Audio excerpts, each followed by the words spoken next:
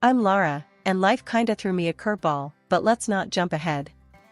Starting from the top, my folks ran this chain of repair shops. Dad was the brains, and Mom was the charm.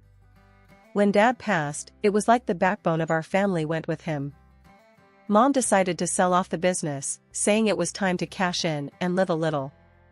Can't blame her, really. She kept the big house, some cash for her golden years, and then dropped a bomb on me and Ava, my sister. We were each getting a cool $100,000. Ava, she's always been the wild one, eyes bigger than her stomach, dreams bigger than her wallet. Me? I was planning to stash half of that cash away, maybe start a small business, and have a decent wedding with Mark. Mark and I have been an item since college, the steady rock to my sometimes crazy waves. Then there was this one night, dinner at Mom's, the big house feeling emptier without Dad. That's when Ava, out of the blue, pitches this idea of going into business together.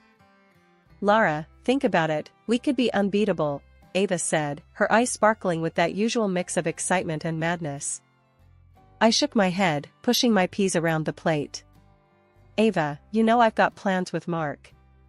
We've talked about this. Mark, sitting beside me, nudged my arm. Babe, maybe it's not a bad idea. Ava's got a point. You two together could really make something happen. And she's your sister, she won't screw you over. Ava jumped in, seeing Mark's support as a green light. Exactly. Come on, Lara. It's now or never. We can make our old man proud, start something he'd wish he did. I looked between them, feeling like I was being cornered. But it was that look in Ava's eyes, damn it, that made me cave. It reminded me of when we were kids, plotting some mischief. Alright, but we do this by the book. No funny business, Ava. Scout's honor. She laughed, clearly never a scout in her life.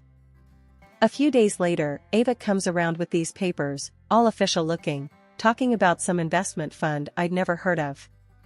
She's all giddy, saying we're about to hit the jackpot with the interest this fund's gonna pay out. Hold up, what? I thought we were talking about a physical business. A cafe or something, I said, flipping through the documents, not understanding half of it. Change of plans, Lara. This is way better. Trust me, we're gonna be rolling in it, Ava assured, her excitement not quite infectious this time. I felt my stomach twist. Ava, this isn't what we agreed on. I didn't say yes to gambling our money away on some fund. We don't even know who's behind it. Ava waved off my concerns like swatting a fly. Chill, sis. It's all legit. You'll thank me when we're sipping mojitos on our private beach. The days after Ava's bombshell about the investment were a blur. I felt like I was walking through a fog, each step heavier than the last. The shock of her unilateral decision to throw our money into some shady fund was slowly morphing into a cold, hard anger. I cornered her one evening at Mom's place, where we'd often meet up for dinner. The house still had that cozy, lived-in feel, but Dad's absence hung over us like a silent specter. Ava, we need to talk about this fun thing, I said, my voice steady but with an edge sharp enough to cut. What were you thinking? Ava rolled her eyes, her defense already up. Oh, come on, Lara. Don't start with me. It's done, okay? We're going to make bank. Just relax. Relax? I shot back, my calm facade cracking. You took our money, my money, and dumped it into something I didn't agree to. How am I supposed to just relax? Mark tried to step in, always the peacemaker. Ladies, maybe we should just sit down and talk this through. Stay out of this, Mark, I snapped, my frustration boiling over. This was between me and Ava, and I wasn't about to let him soften the blow. Ava leaned back, her arms crossed. Look, Lara, it's done. What do you want me to say? That I'm sorry? Fine, I'm sorry. But you're blowing this way out of proportion. It's an investment, not the end of the world. I could feel the vein in my forehead throbbing. Not the end of the world? That was my wedding money, Ava. Our father's legacy. And you gambled it away like it was nothing. It's not gambling if it's a sure thing. she countered, but even she didn't seem convinced by her own words. Mom walked in then, sensing the tension. "What's all this yelling about?" Ava and I turned to her, our battle lines drawn. I explained the situation, trying to keep my voice level, but the betrayal I felt was hard to mask. Mom listened, her expression growing more troubled with each word. When I finished, she sighed, a deep, weary sound. "Ava, is this true?" Ava shrugged, a defensive smirk playing on her lips. "Yeah, so what? It's going to pay off, you'll see." Mom turned to me, her eyes soft with sympathy. "Lara, honey, I know you're upset, but let's not make a bigger mess. No police, please. We're a family. We can sort this out." I felt like screaming, running, anything to break free from the insanity of the situation. But looking at Mom, seeing the plea in her eyes, I deflated. "Fine, Mom. For you. But this? This isn't over." The ride home with Mark was silent, a thick, uncomfortable silence. He finally spoke up as we neared our apartment. "Lara, maybe it's not as bad as it seems. Ava's made mistakes, sure, but she's your sister." I turned to him, my heart heavy. "Mark, she didn't just make a mistake. She betrayed me. And for what? A quick buck?" He reached over, taking my hand. "We'll figure this out, Lara. Together. Okay?" His words were meant to comfort, but they felt hollow. The air felt heavy, like before a storm, when Ava dropped the next bombshell that turned my world upside down, again. It was at one of our family dinners, supposed to be a regular thing, but nothing felt regular anymore. Ava waltzed in hand with Mark, my Mark. My jaw must have hit the floor because the room went silent, the kind of silence that screams. "Guess what, everyone?" Ava announced, her voice too cheery. "Mark and I are getting married." I blinked, thinking maybe I misheard, that this was some twisted joke. But no, there they were, grinning like two cats who'd got the cream. "Married?" I finally managed, my voice a mix of shock and disbelief. "Mark, what is this?" Mark wouldn't meet my eyes, his usual steady gaze darting around the room. "Lara, it's complicated." "I'm sorry, I didn't know how to." "Complicated?" I interrupted, feeling the anger boiling up from my toes. "You call this complicated?" Mom tried to step in, always the peacemaker. "Let's all just calm down and talk this through." "Talk this through?" I snapped, all my hurt spilling out. "How do you talk through betrayal?" Ava had the gall to look offended. "Betrayal? Really, Lara? I thought you'd be happy for us." "Happy?" That word felt foreign, bitter on my tongue. "You steal my fiance, my future, and you want me to be happy?" Mark finally spoke up, his voice low. "Lara, it wasn't like that. Things just happened." "Just happened?" I echoed, my heart in pieces. "And what, Ava? Was this your plan all along? Use my money, then take my man?" Ava's eyes flashed, defensive. "It's not about the money, Lara. Mark and I, we have something real." "Something real," I repeated, the words tasting like ash. The room felt smaller, the walls closing in. I had to get out. I stormed out, leaving the chaos behind. The cold night didn't touch the burning rage and hurt inside me. In the following days, silence took over my apartment. Mark's things disappeared, and with them, the life I thought we'd have together. They moved away, but the pain stayed, a constant reminder of the double cross. Mom saw how broken I was and finally had a heart-to-heart with me. She was always the kind to look for peace, but even she had her limits. "Lara, darling, I know it's hard. But holding on to this anger, it'll only hurt you more," she said softly, her eyes filled with a mix of sadness and determination. I just stared, too hurt to consider forgiveness. Then she dropped another bombshell, one I didn't see coming. "I've decided to disinherit Ava. After all this, I can't. I'm leaving everything to you, the house, my savings. Everything."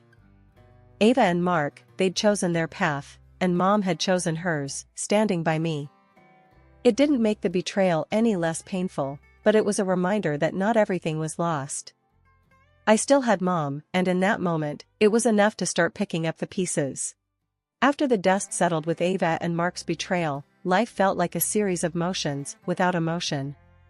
But, as they say, time also heals, or at least it scabs over the wounds enough so you can start to move on. I threw myself into work, into renovating the big house Mom left me. It was during one of those long days, covered in paint and sawdust, that I met Ethan. He was a friend of a friend, showed up offering to help with some heavy lifting.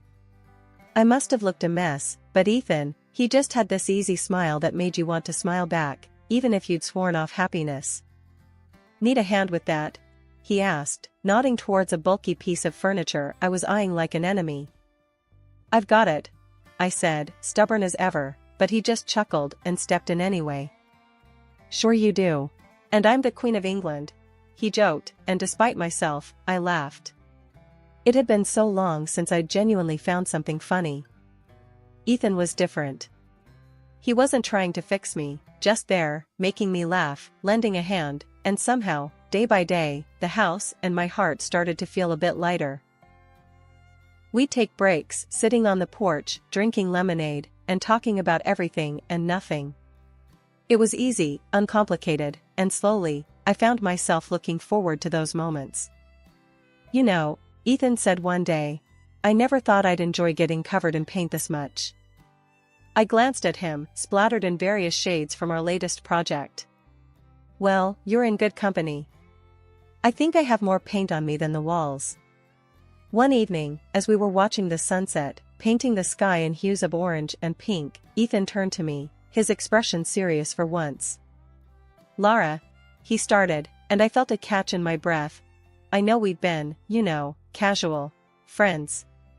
But I was wondering if maybe you'd like to, I don't know, see where this goes?" My heart, which I thought was locked up tight, suddenly felt like it might beat right out of my chest. I looked at him, really looked, and saw the kindness, the warmth. And I realized, I did want to see where this could go. "Yeah, Ethan, I'd like that," I said, my voice barely above a whisper, but it was enough. Recovery, I learned, wasn't just about moving past the pain, it was about being open to new beginnings, even when you're terrified. Ethan taught me that. He showed me that it's okay to trust again, to love, even when your past tries to convince you otherwise. Mom's passing was a blow, another wave of grief, but this time I wasn't alone. Ethan was there, his support unwavering, as we navigated the loss together. The house, once a reminder of everything I'd lost, became a home filled with love and laughter, promises of a future I hadn't dared to imagine. I was sipping my morning coffee, Ethan reading the paper across the table, when I saw it. An email from a name I didn't recognize, subject line reading, "Investment opportunity awaits." Curiosity piqued, I clicked it open. The email was slick, filled with fancy terms and promising a hefty return on an investment I'd supposedly made 5 years ago. $390,000, it claimed, was sitting there waiting for me. All I had to do was claim it, or better yet, reinvest with them for an even bigger payout. My heart raced, thoughts of Ava and that disastrous investment flooding back. "Ethan," I said, my voice a mix of excitement and anxiety, "you've got to see this." He peered over, his brow furrowing as he read. "This looks odd. Do you remember investing in something like this?" Shaking my head, I replied, "It's got to be that thing Ava dragged me into. But we never heard anything back. I thought the money was gone for good." Ethan's face was a study in skepticism. "I don't know, Lara. This smells fishy. Have you heard from Ava?"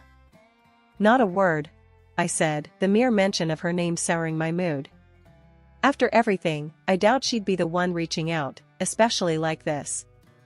Ethan stood, pacing the kitchen. "We should be careful. This could be a scam. You said you never got any paperwork or saw any returns, right?" "Right," I confirmed, the initial excitement waning under his logical scrutiny. "What do you suggest?" "Let me do some digging," Ethan proposed, always the problem solver. "I've got a buddy who works in finance, he can look into this company, see if they're legit. Ethan spent the next few days on the phone, sending emails, and meeting with his finance friend. I tried not to hover, but the waiting was agony. Finally, he came home with news. So, my friend did some digging. This company? Barely exists on paper. And the investment fund? No record of it actually making any payouts. It's a ghost, Laura, Ethan explained, a hint of anger in his tone. I felt a mix of disappointment and relief. So, it's a scam. Looks like it.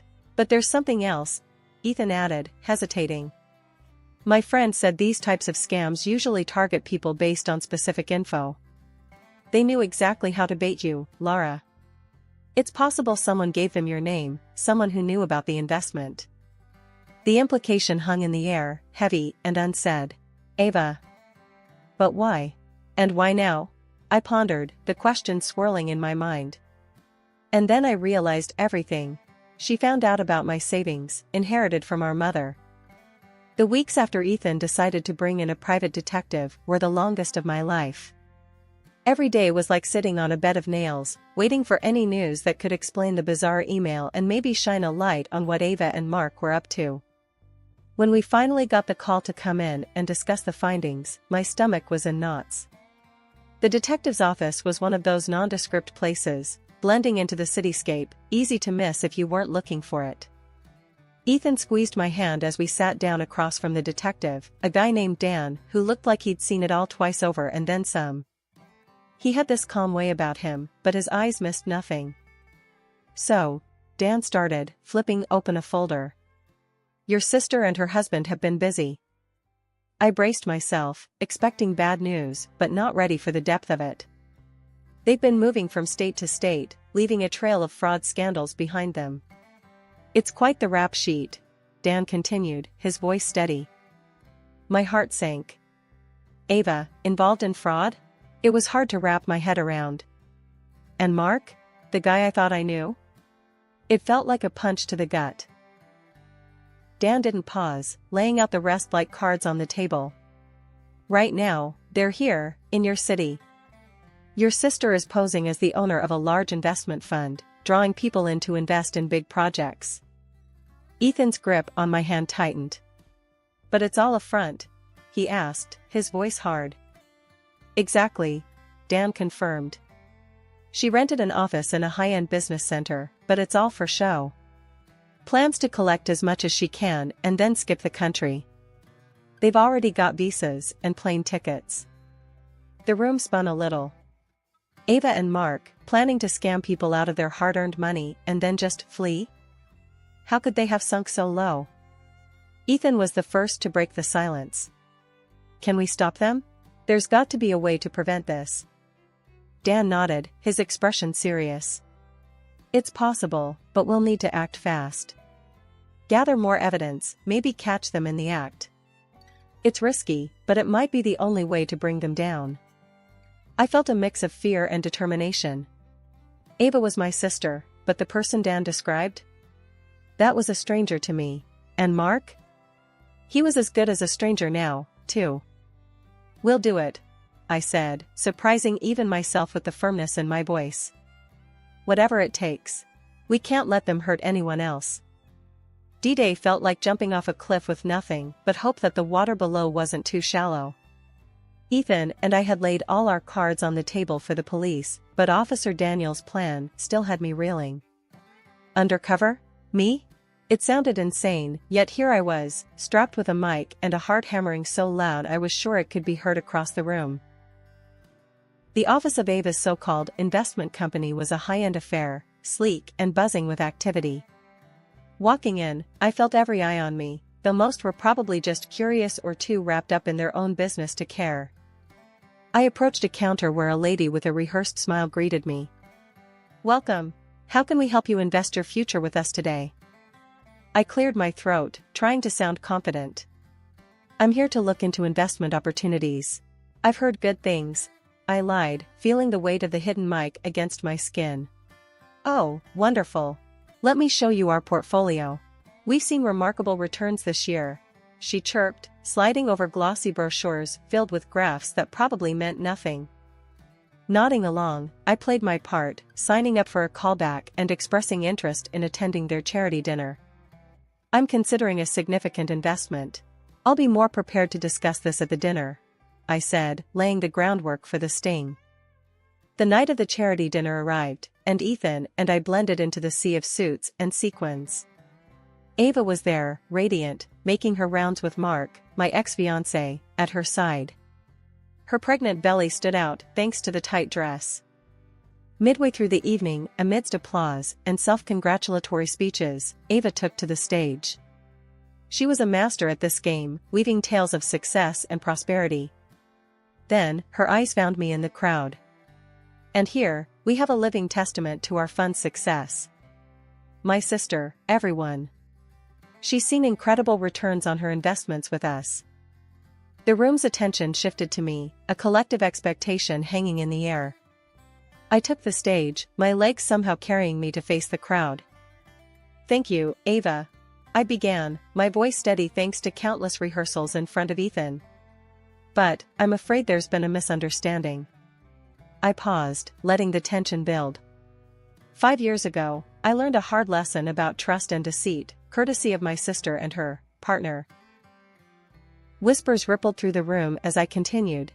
They're not the financial geniuses they claim to be. They're con artists, and this fund is their latest scam. The silence was deafening. Then, chaos erupted as police officers entered, moving through the crowd with purpose. Ava's shock quickly turned to fury. You little snake, how could you? She spat, making a break for it, only to fall spectacularly, the prosthetic belly revealing its true nature as it slid awkwardly to the side. The crowd gasped, the spell finally broken. As Ava and Mark were taken into custody, the room buzzed with the realization of the truth. Ethan wrapped an arm around me, whispering, "You did good, love. Really good." The dust finally settled after the sting operation, and the reality of Ava and Mark facing the music for their actions started to sink in. Ethan and I sat in our living room, the early morning light casting a soft glow over the chaos of the past few weeks. Ethan broke the silence, his voice a mix of exhaustion and relief. You know, I never doubted we'd pull through, but seeing it all go down was something else. I leaned against him, feeling the weight of everything that had happened. I know. It's like waking up from a bad dream, except it all actually happened. He kissed the top of my head, a gesture of comfort and solidarity. What matters is it's over.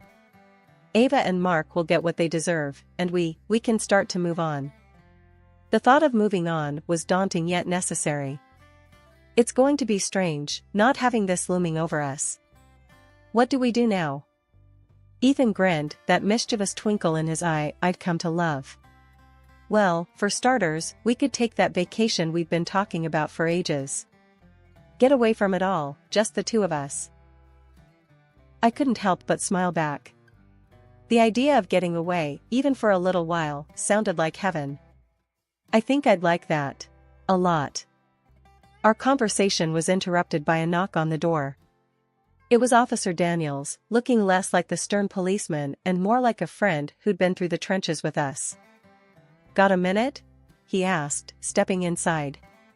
I thought you'd like to know, Ava and Mark's trial is set. With the evidence and your testimony, the DA's confident they'll be put away for a long time. The news brought a mix of emotions, but mainly a deep sense of closure. Thank you, Officer Daniels. For everything, I said, feeling a chapter of my life closing for good. He nodded, understanding the weight of his words. Just doing my job. You two take care of each other, all right? In the weeks that followed, Ava and Mark's trial came and went. They were convicted, their future now a stark contrast to the freedom they once took for granted. It was a bittersweet victory. Ava was still my sister, but the path she chose was hers alone. Ethan and I did take that vacation, finding solace in the quiet moments away from the world's noise. We talked about the future, about hope and healing, about building a life on the foundation of trust and love. The adventure we'd been through tested us in ways I never imagined, but it also showed me the strength we have together. Life's unpredictable, filled with challenges and unexpected turns, But facing them with Ethan by my side makes all the difference.